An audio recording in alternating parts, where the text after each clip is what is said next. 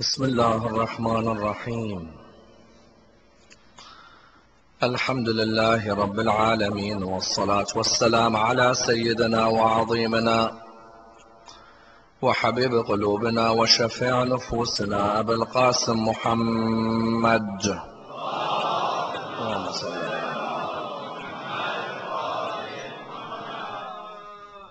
وعلى أهل بيته الطيبين الطاهرين وأصحابه الغر الميامين. الحمد لله الذي جعلنا من المتمسكين بولاية سيدي ومولاي علي بن أبي طالب.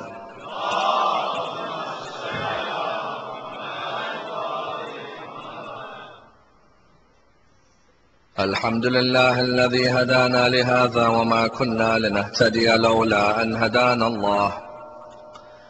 أما بعد، يقول الله في كتابه الكريم: بسم الله الرحمن الرحيم، ولله على الناس حج البيت من استطاع إليه سبيلا. The first of our salawat in honor of Rasulullah Muhammad sallallahu alayhi wa alihi wa sallam.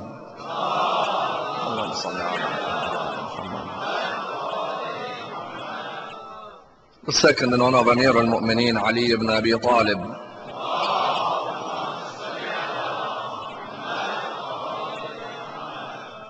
The third with your loudest voices in honor of Imam Sahib al-Asr wal-Zaman.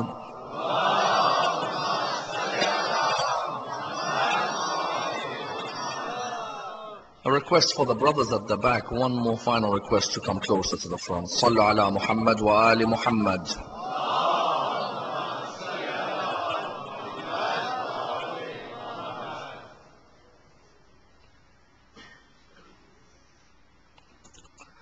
Respected brothers and sisters, Assalamu alaikum wa rahmatullahi wa barakatuh. The discussion concerning pilgrimage is a fundamental discussion in Islamic thought, and indeed a fundamental discussion in religious thought in general, and a discussion which requires a thorough analysis, for it is one which affects each and every one of our lives. It is a discussion from which many lessons may be learnt and many examples may be derived, and a discussion with a historical base and a contemporary significance. Contemporary in the idea that each and every religion in the world today prides itself on its places of pilgrimage. Millions upon millions of its followers go towards these places of pilgrimage and go towards these journeys. They experience different experiences. They feel different emotions. They gain insight of different areas in their life. And indeed, whether it is Lord's or Amritsar or indeed Jerusalem, each one of these places is a place of reverence which people go and visit year after year. Likewise, the religion of Islam is a religion which prides itself on its places of worship and sees two benefits when a person goes on a pilgrimage. The first being individual, the second being collective. On the individual level, the benefit is of course that the human being learns the art of struggling and yearning to reach God. And that when anybody goes on a pilgrimage, there is a search in their life towards getting closer to God, a struggle which is part of their very essence. At the same time, there is a collective benefit because you meet people of different races, people from different backgrounds and from different tribes. Some who are rich, some who are poor, some who are educated, some who are not so educated. And therefore you find that nothing differentiates you in reality but that white piece of cloth which you wear. And that's why within the religion of Islam you have two types of pilgrimages. One which is recommended and one which is obligatory. Recommended places of pilgrimages, for example, Medina, the holy land of our Prophet, where he is buried, peace be upon him and his family, where the Imams of Ahlul Bayt are buried, where some of the most renowned companions of the Prophet are buried. That's a place which is seen as a recommended place of pilgrimage. Likewise, you find, for example, Najaf al-Ashraf, where Amir al-Mu'mineen is buried, Karbala al-Muqaddasa, where Abu Abdullah and his brother and the companions are buried. Likewise, al-Kadhmiya al-Kadhmain, where Imam al-Kadhim, Imam al-Jawad are buried. You find Sham, for example, Mashhad, Samarra. These are all recommended places of pilgrimage. But then you have what is known as the obligatory place of pilgrimage, and that is of course Mecca and the pilgrimage that is Hajj. This pilgrimage is one which each human being, it's obligatory upon them to undertake. And to many, they look forward to this experience as being a life-changing experience. However, recently, many who have come back from Hajj have felt that Hajj didn't change them at all. That they went to Hajj and came back and they were exactly the same people. They thought that the Hajj would change them. They thought there would be a sudden change in their life. But they came back to their countries and found that there was no change whatsoever. And indeed, this proves the narration of our Holy Prophet when he states that there are three types of people when they return from Hajj.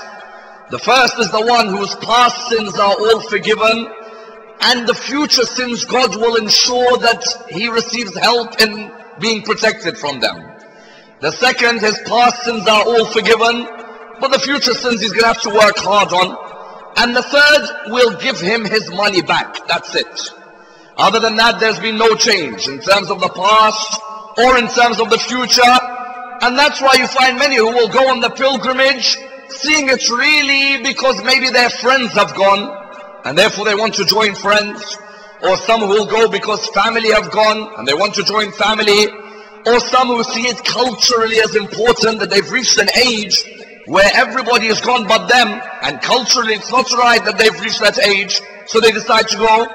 You'll even find the most trivial who will say that I can't wait to taste, for example, a Whopper from Burger King, which is halal. Or some who will say that I want a view from the Hilton overlooking Mecca. There are people who when they get there, the first thing they think about is that. It's not about how close I'll get to my Lord, rather it's how quickly can I experience those experiences. And this lack of a change in Hajj was what made Dr. Ali Shari'ati write his book on Hajj. Because Dr. Ali Shari'ati's book on Hajj is arguably the best work on Hajj that you will find today. And Dr. Ali Shari'ati, as we know, is revered as one of the greatest thinkers in the 20th century. He was born in 1933 and he died at the tender age of 44 in 1977.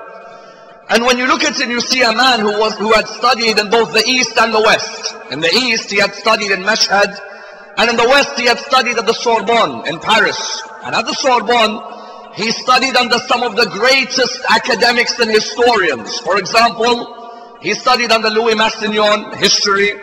He studied philosophy under Sartre, Jean-Paul Sartre. And indeed, it was Sartre who said, I don't follow a religion, but if I follow the religion, I'd follow Shari'ati.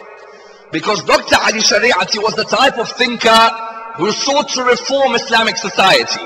He sought to think of new ways in which to depict Islam in a way which dealt with the modern issues. That's why when you look at the titles of Shari'ati's books, you find that the titles are very interesting, in the eyes of some very controversial. For example, that one of his titles was A Glance at Tomorrow's History. Tomorrow's history. How do you glance at tomorrow's history? To Shari'ati, you yourself can change society. You can be a revolutionary thinker. Therefore, he stressed that have a glance at tomorrow's history, meaning that have a look towards the future and see what you can do to the future. The same Shari'ati wrote a book, Fatima is Fatima. Why did he write this book? Because he said there's too many people who respect Fatima Zahra because she's the daughter of Rasulullah. And there's others who respect her because she's the wife of Amir al-Mu'mineen. But Fatima is Fatima. She doesn't need to be linked to anyone. She by herself is great. When you revere her because she's linked to somebody, that's not greatness. Greatness is what you achieve in your own life. Likewise, he had a book, Red Shi'ism versus Black Shi'ism. Black Shi'ism being very cultural, a hierarchy which dictates a culture rather than a religion. Whereas Red Shi'ism being revolutionary, Hussein living forever in the hearts of many. And therefore you found that he used to lecture at Husseiniya Irshad in Tehran. The Husseiniya is still there until today. That Husseiniya was set up by whom? Amongst the people who set up that Husseiniya was Shaheed Mutahhari. And when Mutahhari set up that Husseiniya, what was his aim? His aim was that he wanted a Husseiniya which brought about intellectual reform. A Husayniyah where the mimbar wasn't just there for people to repeat the same lectures every year, but that the mimbar was there to shape the future of the ummah, to discuss the issues which are relevant to the ummah, to allow people to connect the past to the present. And he asked Shari'ati to sit on the mimbar. And how would Shari'ati lecture? Shari'ati would lecture with a pinstripe suit and he was clean shaven. Today in the Muslim world, if a person lectured with a pinstripe suit and they were clean shaven, you'd find the Muslim world attack them straight away. Where is his beard? Why is he wearing a suit? And the famous words of Amir al-Mu'minin come back when he states, don't look at who's speaking, rather look at what they're saying. Too many in the Muslim world focus on the image. And how many a time you've been deceived by the image. Whereas when Shari'ati spoke, what do you find? You found that he spoke like he studied, and he was able to revolutionize many of the people around him. That he died a couple of years before the revolution, yet in reality it was maybe his works that helped a lot of the revolution. And that's why he wrote his book on Hajj. He had been to Hajj 3 times. And when he had gone to Hajj on these 3 occasions, he wanted to write a book expressing what the real Hajj meant. Why? Because Shari'ati wanted to differentiate between Islam, the truth, and Islam, the reality. To Shari'ati, Islam, the truth, was a religion which looked for the intellectual evolution of the human being. It wanted to mold the human. It wanted to spiritually uplift the human. It wanted the human to be a visionary in the world of the arts, in the world of the sciences, and in the world of humanities. He said, however, Islam, the reality, is in a stage of being in a dark age. It is far away from science, far away from the arts, far away from the humanities. It is languishing far behind. And he said the best example to understand how Islam is languishing behind is in 3 key concepts. Tawheed, Jihad, and Hajj. Tawheed, he said, many Muslims study up until the age of 16. Then they suddenly stop. As in, think about yourself. When was the last time you read an analysis of Tawheed? In the madrasas, he would say that people would study Tawheed until 16. Then it would stop. When it stops at 16, that accountability and that consciousness of God's presence isn't present anymore. You left it at the age of 16. Number 1. He said jihad has been left to the graveyards. We used to have Muslims who are ready for jihad all the time. But the Muslims of today, the jihad has been left in the graveyards. Number 3, he said Hajj. He said, look at Hajj of the Muslims. Hajj today has become a holiday, tourist attraction, rather than being a change in the life of the human being. And that's why at the beginning of his book on Hajj, he quite beautifully begins by stating, know one thing, that Hajj is the evolution of man towards God. And that Hajj is the very antithesis of aimlessness. What does this mean? This means that you, the human being, Monday to Friday, 9 to 5, 9 to 5, 9 to 5, 9 to 5, 9 to 5. Saturday, go out. Sunday, sleep. Monday to Friday, 9 to 5, 9 to 5, 9 to 5, 9 to 5. Saturday, go out. Sunday, sleep. You fall into a robotic trap sometimes. You're just moving and working and working and moving and moving and working. He said, when you're going to Hajj and you're going on that movement, you are moving away from the aimlessness that's there in your life. Rather now you're going towards a purpose. That's why he said Hajj is not a journey, it's a movement. Because he said a journey ends, whereas a movement never ends. He went on to say after that understand one thing.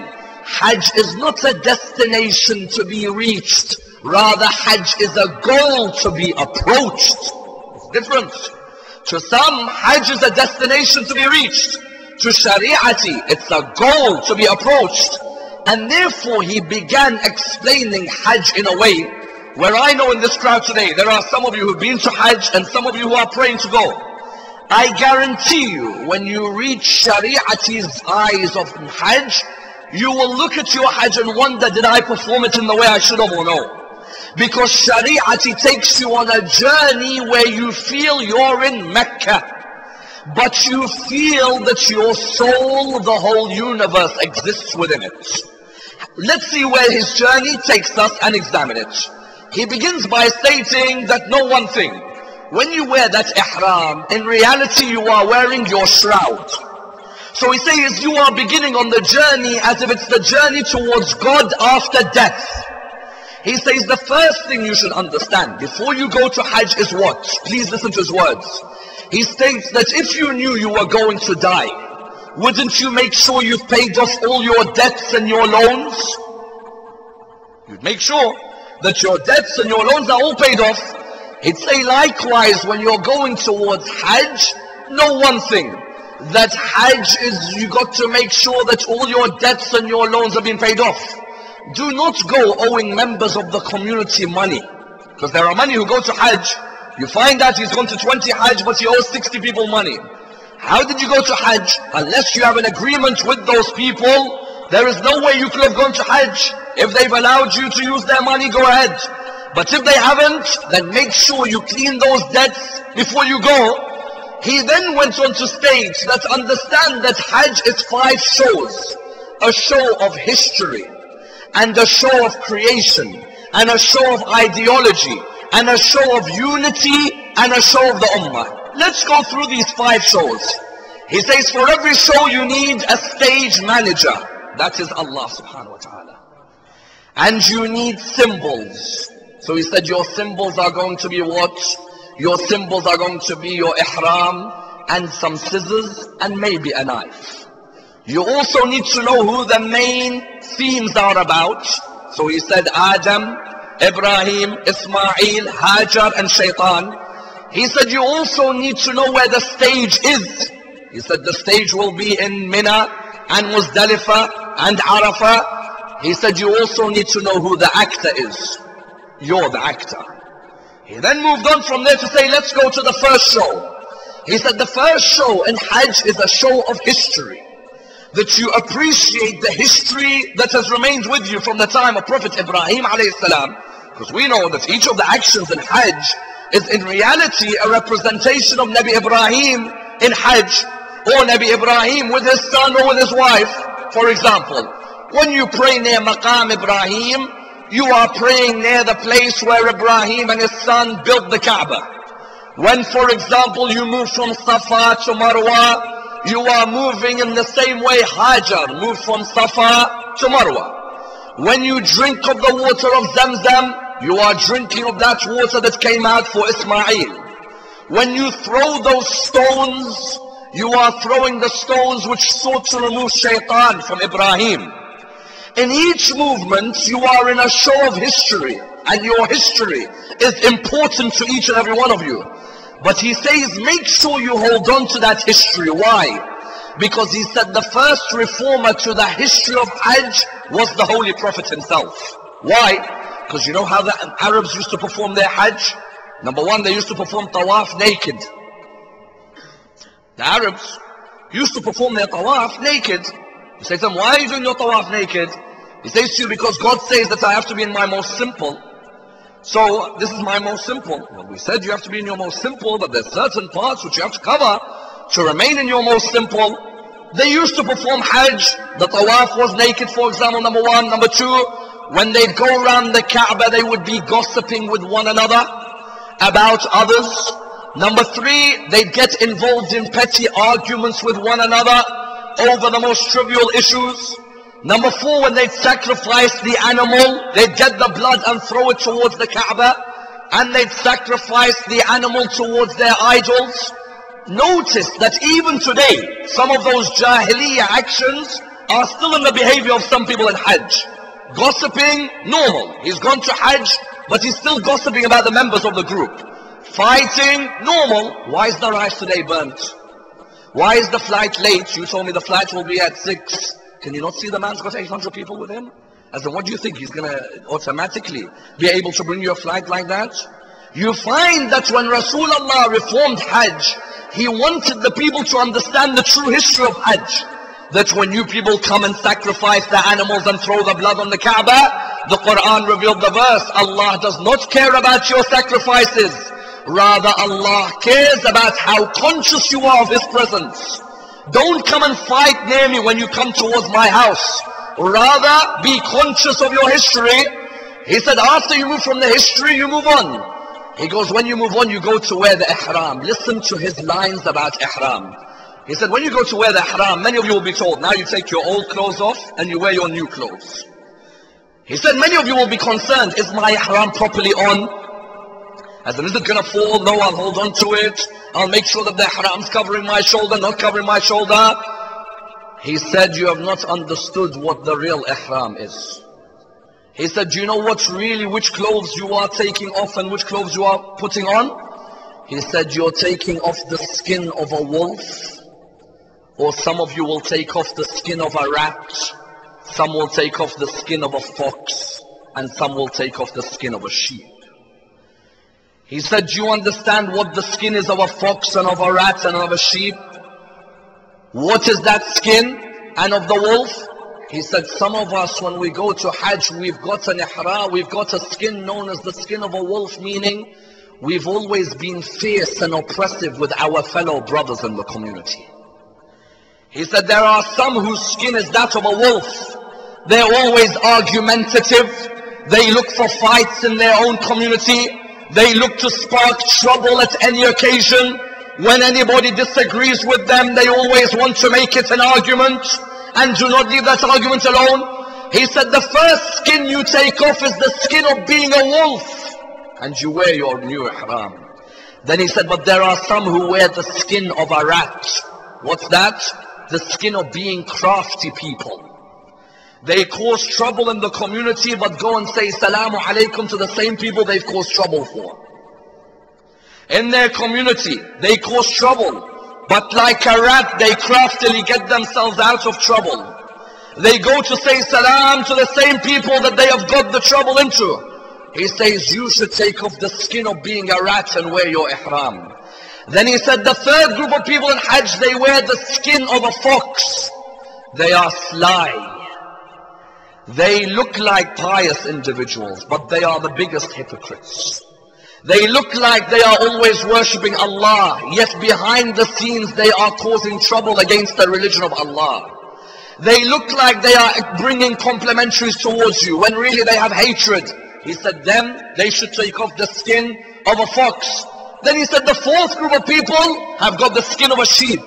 They never speak out against oppression and injustice. They like the sheep, they just follow. Do you want me to do this? I'll follow. You want me to do this? I'll follow. Why don't you speak out? I'm sorry, if I speak out, the community might look down at me. But there's a form of oppression. What do you mean the community will look down? He says they have the skin of a sheep. He said those are the four categories of people who come to the miqat. One's got the skin of a wolf, one's got the skin of a sheep, one's got the skin of a rat, one's got the skin of a fox. He said, when you put on your ihram, say, Ya Allah, if I have any of these, I want to remove them now. And now I want to wear the skin of your obedience. He said, as soon as you wear ihram, someone's going to tell you that now 25 things are haram for you. True or no? He said, straight away, someone's going to come and tell you, it's haram to look in the mirror. It's haram to kill an animal, an insect. It's haram for you to pull out a weed from the ground. It's haram for you to be with your partner. It's haram for you to put on perfume. He said, don't look at the exterior, look at the interior of why Allah made these haram. He said, when Allah said to you, don't look at the mirror, it's because Allah didn't want you to look at the mirror of your body, but for once look at the mirror of your soul. He said, throughout your life, when you look in the mirror, you're more concerned with the body, but for once now look in the mirror of your soul. How clean is that soul that you look after in your life? He said, when Allah said to you, don't put on perfume, it's because Allah was saying to you, I want you to smell the real fragrance of obedience towards me. When Allah said to you, don't kill an insect, it's because Allah wanted you to walk around the earth like Jesus, son of Mary. That when he'd walk on the earth, he'd be worried that make sure there's no insect that I may have killed as I was walking. When Allah says to you, don't pull out weeds from the ground or the plants, it's because Allah is telling you, oh mankind, are you concerned about the environment I gave you as a trust? When you look at the depletion of the ozone layer or the contamination of water, are you concerned about that? That when I'm telling you not to pull out a plant, I want you to use it as a metaphor that the whole world should be protected like Mecca is protected. When I tell you not to go with your partner, it's because I want you and your partner to smell the real love, and that is loving the eternal life, not the temporary one. Notice how Shari'ati moves you from pure dogma. Because whenever you go on Hajj, you're told by the Maulana, haram, haram, haram, haram. Okay, Maulana, explain to me spiritually. Spiritually, why am I not looking in the mirror? What's wrong with me? What is it? Because you should be looking at your soul, not your body. Remove the vanity and move on. He says, once you have done that, you then proceed towards the Kaaba. He said, when you look at the Kaaba, your prayers are answered straight away as soon as you look at it. He said, then you go towards Tawaf. When you go towards Tawaf, why is it that Allah makes you go around the Kaaba 7 times? What is it? Because all we're ever told is make sure that your shoulder is facing and that you're between the maqam. If you step outside the maqam, you might burn in hellfire tomorrow. Make sure you're right within the maqam. Sharia says, wait. Why are you doing that tawaf? What's the reason? Notice that man who came to our 6th Imam and said to him, look how great Hajj is this year. Look how many people are doing tawaf. Imam said, look through my fingers. When he looked through the fingers, he saw animals performing tawaf, didn't he? Shari'at, he says, do you know what tawaf is? He says there are 4 meanings to why you go around 7 times. Look at that. 4 meanings why you go around 7 times. He said the first meaning why you go around 7 times is to tell you, oh mankind, you are constantly moving whereas your Lord remains the same. There's a time I'm not religious, but my Lord looked after my religion. There's a time I was arrogant, my Lord was always humble. There's a time I was stingy, my Lord was always generous. Shari'ati says when you're moving around that Kaaba 7 times, you, O human, are always moving, but your Lord always is the same.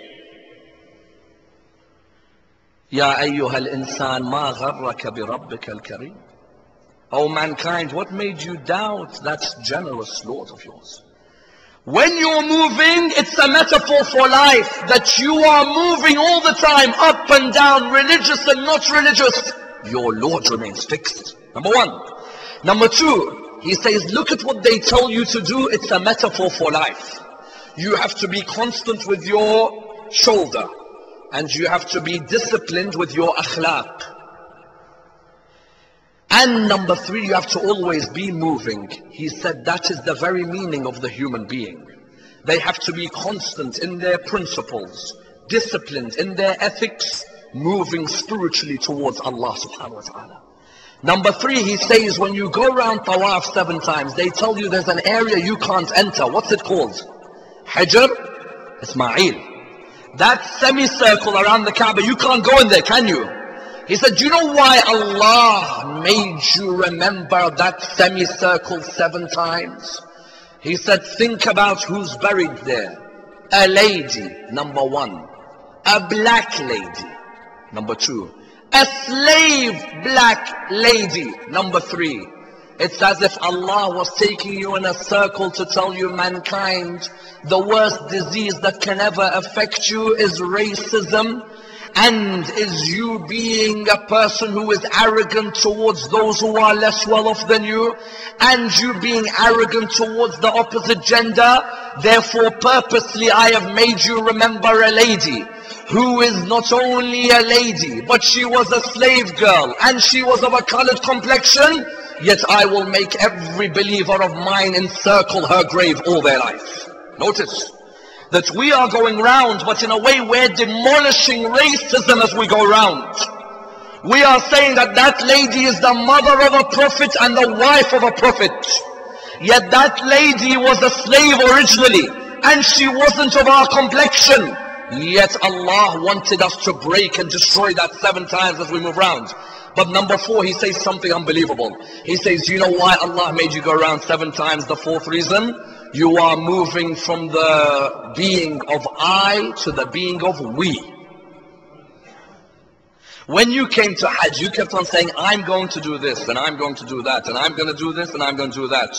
When you got cramped in tawaf, you now knew that you were part of a we. Because when the human thinks individualistically about this religion, thinks of I, the religion never moves forward. But when you think of the religion as a we, this religion will always move forward. He says, when you're in that tawaf, Allah wants you to experience being a we, not being an I. Because for too long Muslims say I, and not enough Muslims say we. Therefore he says, when you finish the tawaf, you've got to go to Safa and Marwa. He says something extraordinary about Safa and Marwa. He says, in tawaf, you're thinking God, God, God. Because you say, Labbaik Allahumma, Labbaik. But in Safa and Marwa, do you need to say anything? You don't need to say anything in Safa and Marwa. He says that now you're moving from God, God, God to you. He says it's as if Allah wanted you to have that balance in your life. A time for God and a time for yourself. He said Allah didn't want you to go and live in a mountain away from the world as a recluse and say God, God, God from the mountain. Nor did He want you to be in the middle of society without thinking of God whatsoever. Allah wanted you to have a balance. He said, but why from Safa to Marwa? He said, all they tell you is go Safa, Marwa 7 times. He said, do you know what Safa and Marwa is? Safa is your the satanic vices you have in your life, the satanic values. Marwa is when you get to the godly values. You began at Safa with the most satanic values in you, arrogance and hypocrisy and greed and lust. When you get to Marwa, you want to replace them with generosity, patience, humility. He says that's number 1. Number 2, Safa is you being in a state of fear of Allah. Marwa is you being in a state of hope in Allah subhanahu wa ta'ala. Too many of us live lives in a state of fear of Allah. He said when you're at Safa, you're in a state of fear. When you get to Marwa, you should be in a stage of hope in Allah subhanahu wa ta'ala.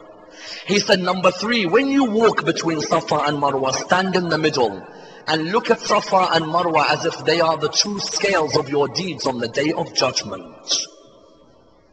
Sit there, right in the middle of Safa and Marwa. Just stand there. Look at Safa, look at Marwa. When you look at the both of them, what should you say? You should look at the both of them and you should look at your day of judgment.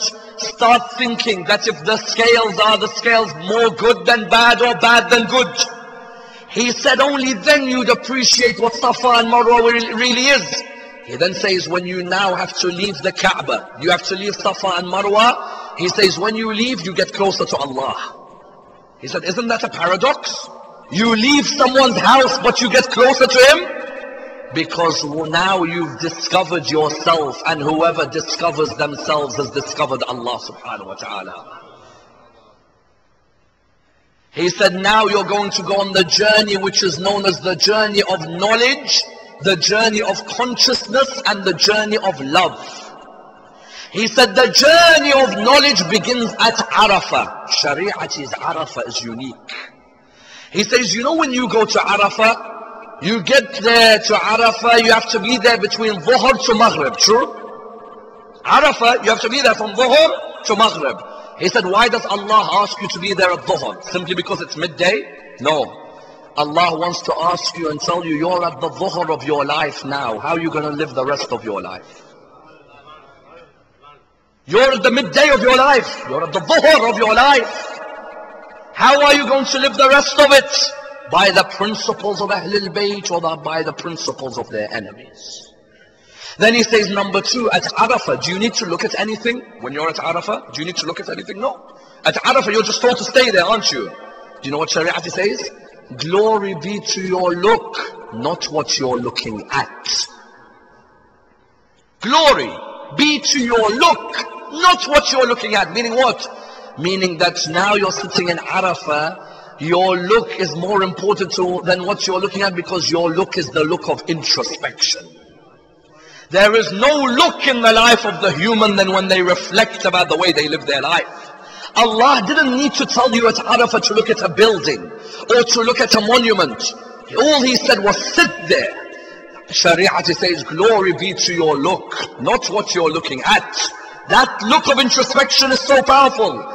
He says Arafah is a state of knowledge. Why? Because when Adam came down from the heavens, it was from Arafah that he prayed to Allah in the name of Muhammad and Ali and Fatima and Hassan and Hussein for Allah to forgive him. It's as if Adam had gained the true knowledge of the reality of the human being. He had gained knowledge of a closeness to Allah. And that's why he says, is there anything more merciful than when you're at Arafah and Allah says to you that if any of my servants doubt that I've forgiven all their sins at Arafah, then their Hajj is incomplete. Because you know, if you get to Arafah and you doubt that you've performed a sin and that Allah hasn't forgiven it, then that Hajj has got issues. Have you ever seen a more merciful Lord? Do I deserve this insignificant creature who's been so arrogant in his life? Do I deserve to get to Arafah and sit there and just for sitting for a few hours, my Lord tells me everything's wiped off now? And if I doubt it, my Hajj is incomplete. Is that a Lord who wants to punish or wants to be merciful? Ask yourself. He says when you then move from Arafah, you're going to go to Muzdalifah. He says when you get to Muzdalifah, you move from knowledge to what? You move from knowledge to consciousness. You are now conscious, you are alive, you have a clean slate, all your past sins are forgiven, you are now ready for war. So you go and look for these pebbles. You look for them. You're ready for war against that existence who for years had took you away from the consciousness of Allah. Against who? Against Shaitan. You pick those pebbles up and you're ready for war. He says, why does Allah say at Hajj in Muzdalifah you have to sleep under the darkness of the night? Don't we? Didn't we all sleep under the darkness of the night? He said, don't look at the darkness of the night. Say that Allah made me sleep to remind me that the dark part of my life will never affect me again. Look at him. The dark years of my life when I wasn't religious will never come back to haunt me. I am a new creation. I am now conscious of my Lord. I've picked up my pebbles. He says, but do you know the difference between the soldier at Muzdalifah and any other soldier? Any other soldier on that night, when they're ready for war, will be drinking and merrymaking. Whereas he says the soldier at Muzdalifah has nothing to say but La ilaha illallah, subhanallah, walhamdulillah, wa la ilaha illallah, wallahu akbar. That soldier has got the ammunition of Allah's remembrance. He said, you now take these pebbles, you go towards stoning the shaitan. He has the most beautiful line over here. He says, when you go towards the stoning of the shaitan, and even before the stoning, he mentions an important point. But when it comes to the stoning of the shaitan, what does he state? He states, when you take those pebbles, too many people will tell you, throw the stones and make sure it hits the shaitan on the middle, on the top right hand corner, on the circumference of the diametrical of the... It gives you a headache. You think, okay, I'll throw it. He said, rather focus those 7 pebbles on 7 bad attributes that you have which you want to get rid of. What a lie. Each one of us has an attribute we want to get rid of, what we call a vice. Each one of us may have 2, 3, 4, some may have 7, some may have more. He says, pick up that pebble and look at it. And say that you've been part of my life for years, no more. I don't want you anymore. And throw it in a way where you show that it will never affect you again. He said once you've done that, he gets to the discussion about the sacrifice. And he says a quite beautiful line. He says, what is your Ismail? He said that man took his son, and that was his Ismail. What is your Ismail, O Muslim? Because each one of us has an Ismail. Each one of us has to make a sacrifice. And what better night than the night of the 10th of Muharram for us to ask ourselves, what's our Ismail? Is my Ismail a family member? who I should be in relations with, but I've broken my relations. And in the name of Salat al-Rahim, I will make sure I will bring back that relation. That may be your Ismail. Is my Ismail that I deal in haram wealth, and that I know I'm earning in haram, and my excuse is that I have to feed my family? Maybe that's your Ismail. Is my Ismail that I should be wearing hijab, but I keep postponing it? Every time I hear something about it, I postpone, and I postpone, and I postpone. Even though the lady I have come to honor tonight is a lady who stood up for the hijab, a lady who, even though they attacked her, she held on to the hijab. Is that my Ismail? Is my Ismail the way I behave with certain people, in rudeness when I talk with them? Maybe that's my Ismail, that I have to change that. Is my Ismail that I only turn up on the 10th of Muharram for 10 nights? The whole year you never see me in the mosque. Imam al-Hajj and Imam al-Askari I didn't honor until they bombed their mosques. Had they not bombed their mosques, I would not know a single thing about their life. Maybe that's your Ismail. Everybody on the night of the 10th of Muharram has an Ismail. Do not just wait till you get to Hajj and say, I will sacrifice that animal, that's my Ismail. No. Tonight is when you say, what's my Ismail? What's the sacrifice that I should make? Why? Because Shariah says that man was willing to give away his son.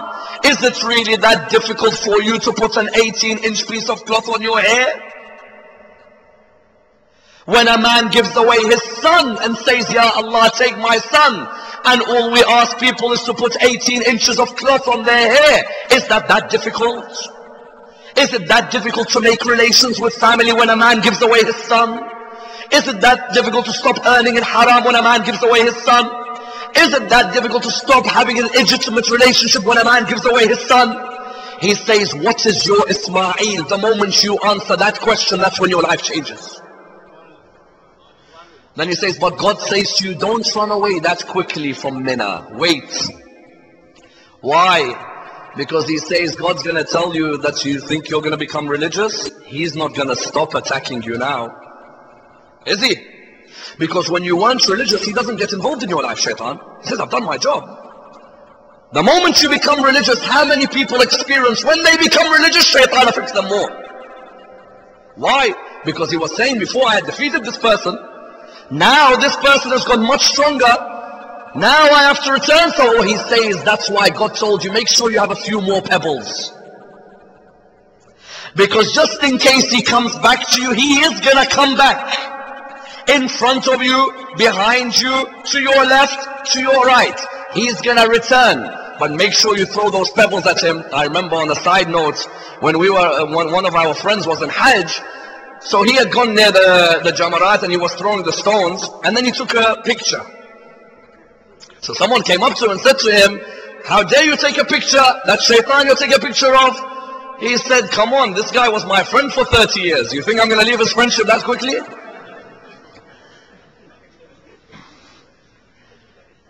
He says those pebbles are to remind you that shaitan will not stop. Don't come back from Hajj and then suddenly change back. No, as soon as you come back, you've done your Ismail, keep the Ismails going every day. Keep the sacrifices moving.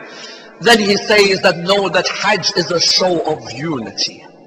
That we the Muslims who follow the Ja'fari school, when we come to Hajj, we should seek to unite with those who follow the school of Abu Hanifa, and those who follow the school of Malik, those who follow the school of Muhammad ibn Idris al-Shafi'i, those who follow the school of Ahmad bin Hanbal, because all of us come under the banner of La ilaha illallah and Muhammad Rasulullah. Unity doesn't mean we compromise our beliefs. It means we act with manners when we discuss the beliefs of others. There's too many in the school of Ahlul Bayt who are being bigger enemies for the school than the people outside the school. And that's got to stop. It's got to stop. On YouTube we have people who are disgraceful figures claiming to represent Al Muhammad. And they come on their videos and their lectures attacking people from other schools in Islam. and attacking their personalities simply because I disagree with another personality in the religion of Islam does not mean I rudely attack them. There are Muslims in the world who respect those figures.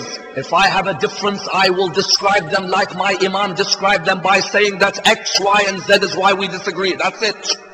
But to use the pulpit to be rude or condescending against the figures of other schools in Islam is not part of the manners of the school of Ahlul Bayt. And anybody who encourages it is an enemy to Al Muhammad. Because Ahlul Bayt, when they would discuss the religion, the Imam himself would say, that is the Ra'i of Ahlul Kufa, Abu Hanifa. That's the Ra'i of Medina, Malik ibn Anas. And this is the Ra'i of Ja'far ibn Muhammad. He would acknowledge that other Muslims have opinions. We have an opinion. We do not go about rudely with our opinions. No. Rather, we seek to express our opinions with respect, with morals, with an attitude of either we agree to agree or we agree to disagree. When you go to Hajj, make sure that it's a show of unity, that even we put out our hands if they don't shake it, as long as we put out our hands. Do you know 2 years ago in Mina, the lecture that was given by the Imam at the mosque over there, the kufr of Abu Talib. Let him, doesn't matter. But don't you reply back with abuse. He gives his opinion, I'll reply with 100 lectures on Abu Talib. No problem. But don't be abusive, make it a show of unity, because the Muslim world requires Muslims to be united. And if we have differences, let the scholars sit and academically sit and discuss the differences.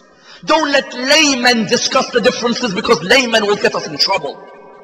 Then after that he says, Hajj is the show of the Muslim Ummah. And he asks the question, why didn't Abu Abdullah complete his Hajj before Karbala? This is where Shari'ati lets out his feelings about Imam al-Hussein.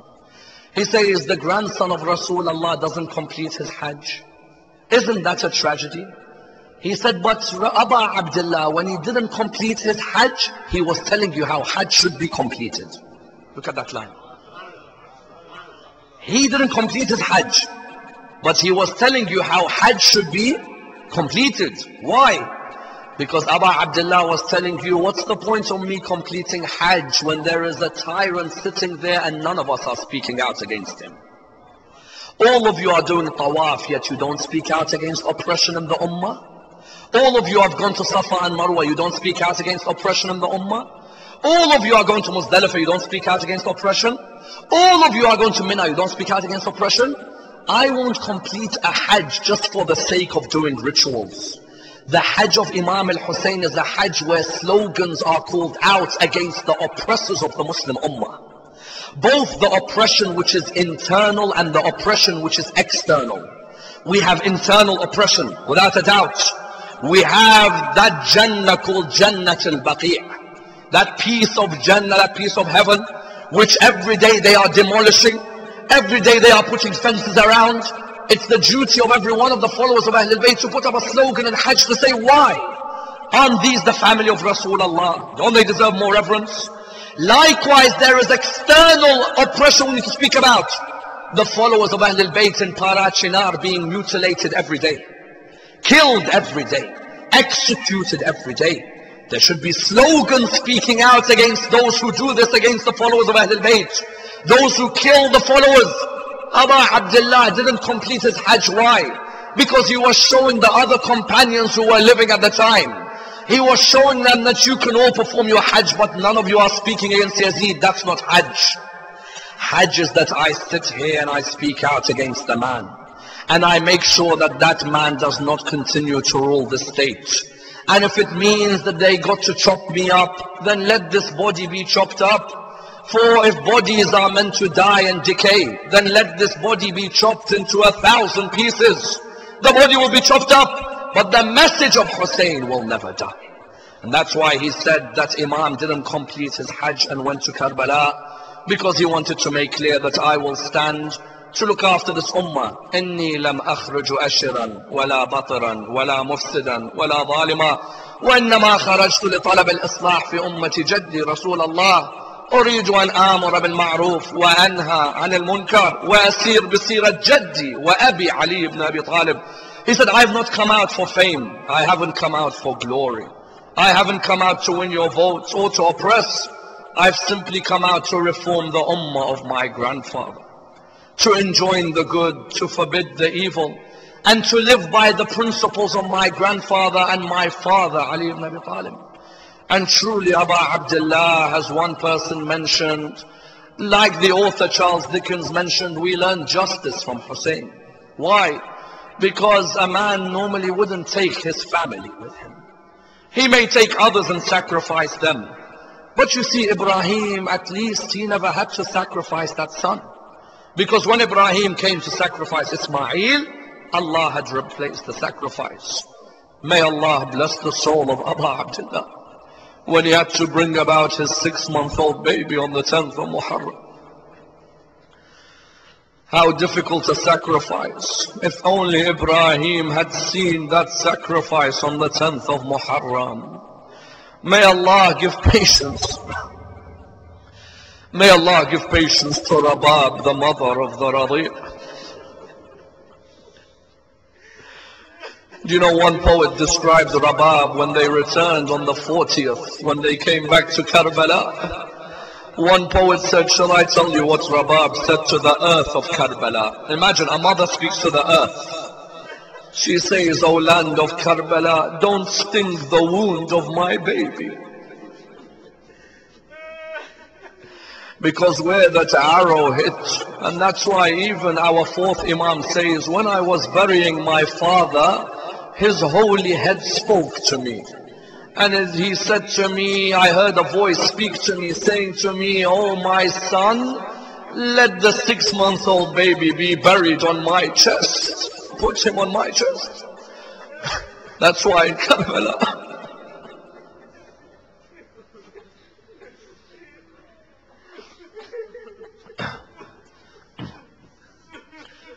that's why when you visit the shrine of Abu Abdullah, Ali al-Akbar is by his feet and the 6-month-old is on his chest. And you know what he said to the Imam? He said to him, the heat of the arrow stings me until now. That's why Abu Abdullah was approached by Sayyida Zainab with the 6-month-old baby. When she approached him with the 6-month-old baby, the narration states to us that she said to him, Ya Abu Abdullah, this 6-month-old baby doesn't even have the energy to cry anymore. That 6-month-old baby had not drunk anything. Imagine that mother couldn't give anything anymore. Abu Abdullah took that baby. He went towards the opposition and the army of Umar ibn Sa'ad. He called out to them. He said to them, O army of Umar ibn Sa'ad, I just want to ask you for water for this baby. If you want to kill me, then you go ahead and kill me. But the baby hasn't committed any sins. There was no reply from the army. So what did he do? He went and placed the baby on the ground of Karbala. One poet says, if Ali Asghar wanted to, he could have struck his feet on the ground like Ismail and water would have come out. He left him on the ground. He thought, surely now he's not next to me, one of them will come and give him water. Nobody came. He then took him back the 3rd time. He called out, O army of Umar ibn Sa'ad, I plead with you, give him some water. Half of the army were saying, give the baby water. The baby hasn't done anything to us.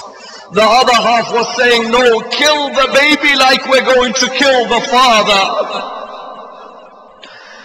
Nobody describes what happened like Al-Mukhtar al-Thaqafi when he caught hold of Harmala ibn Kahil. After Karbala, Mukhtar al-Thaqafi caught hold of Harmala ibn Kahil and he said to him, Harmala, tell me what you did on the 10th of Muharram. Harmala said to him, on the 10th of Muharram, I struck 7 arrows towards the army of Imam al-Hussein. He said to him, how many of those arrows struck their target? He said to him, 4 of those arrows struck their target and 3 of them missed. He said to him, Harmala, tell me who the first arrow struck. He said, I struck the first arrow on the right eye of Abu Fadl al-Abbas. When Abu Fadl al-Ammar was on his horse and his hands had been cut off him, Umar bin Sa'd said to me, strike your arrow on the eye of Abbas. So I struck the arrow on the right eye of Abu Fadl. He said to him, oh Hanmala, tell me who the second arrow struck. Hanmala replied, I struck the second arrow on the nephew of Imam al-Hussein by the name of Abdullah ibn al-Hasan. Imam al-Hasan had a number of sons in Karbala. One of them was called Abdullah. This Abdullah, when Imam al-Hussein was lying on the ground, arrows had surrounded his body. This Abdullah could see these men were coming to attack his uncle.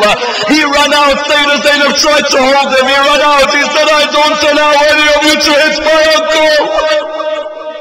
He went and sat near his uncle's body. Hanmala said, Umar bin Sa'd said to me, strike your arrow on that young boy. So he said, I struck my arrow on the head of the young boy. He then said to him, Hanmala, who did the third arrow strike? Listen to this line.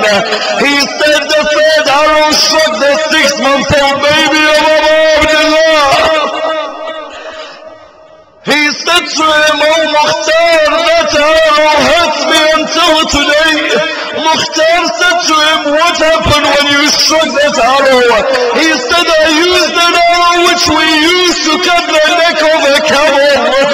Allahu Akbar. Brothers, how big is the neck of a camel? And a camel can contain first. He said, I struck the baby when I saw the whiteness of the neck of the baby. I struck the arrow on his neck. Mukhtar said to him, what happened when you struck the arrow? He replied, I saw the baby flap its hands like a bird flaps its wings.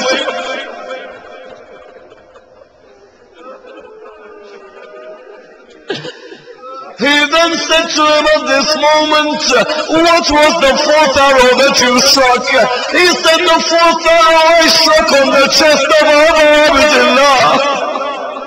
Imagine how difficult it was for Abu Abdullah when he saw this baby flap its hands like a bird flaps its wings. The narration states he went back to his army. He said, Inna lillahi wa inna ilayhi raji'un. He went back and he said, Inna lillahi. He went a third time. He did this 7 times. Someone called out, Hussein, why did you do this? He said, I don't know how to tell a mother that its baby's neck has been pierced. How do you tell the mothers? And this mother expects her baby to come back. Imam al-Hussein, look at this moment. He went to Sayyidina Zainab. He said, my sister Zainab, you have to tell the mother. I can't tell the mother. Sayyidina Zainab, may Allah bless you and give you sabr. Sayyidina Zainab walked towards the tent of Rabab. When she walked, she looked at him, she said, did you see the way Layla gave away Ali al-Akbar? She said, yes I did. She said to her, did you see the way Rabla gave away Qasim? She said, yes I did. She said to her, did you see the way al-Banin gave away Abu Fadl al-Abbas? She said to her, yes I did. Has my son gone towards the way that those ladies gave away their sons? Sayyidina Zainab said to her, your son has an arrow between his neck. Inna lillahi wa inna ilayhi raji'un. May Allah bless these tears and allow them to be intercession for the day of judgment. We pray to Allah subhanahu wa ta'ala to raise us with Muhammad and Al Muhammad, to allow us to be amongst the companions of Imam Sahib al-Asr wal-Zaman, to allow us to be amongst his followers. Ya Allah, allow us to honor the message of Abu Abdullah al-Hussein. Allow us to be amongst those who receive his intercession on the day of judgment. Unite the Muslim Ummah on the path of Muhammad and Al Muhammad. As we know, tomorrow will be the Masa'ib of Imam al-Hussein, the last moments in the life of Imam al-Hussein. Tomorrow morning, inshallah, I shall begin at 11 o'clock. We pray to Allah subhanahu wa ta'ala with Surah al-Fatiha, but before it, the loudest of your salawat.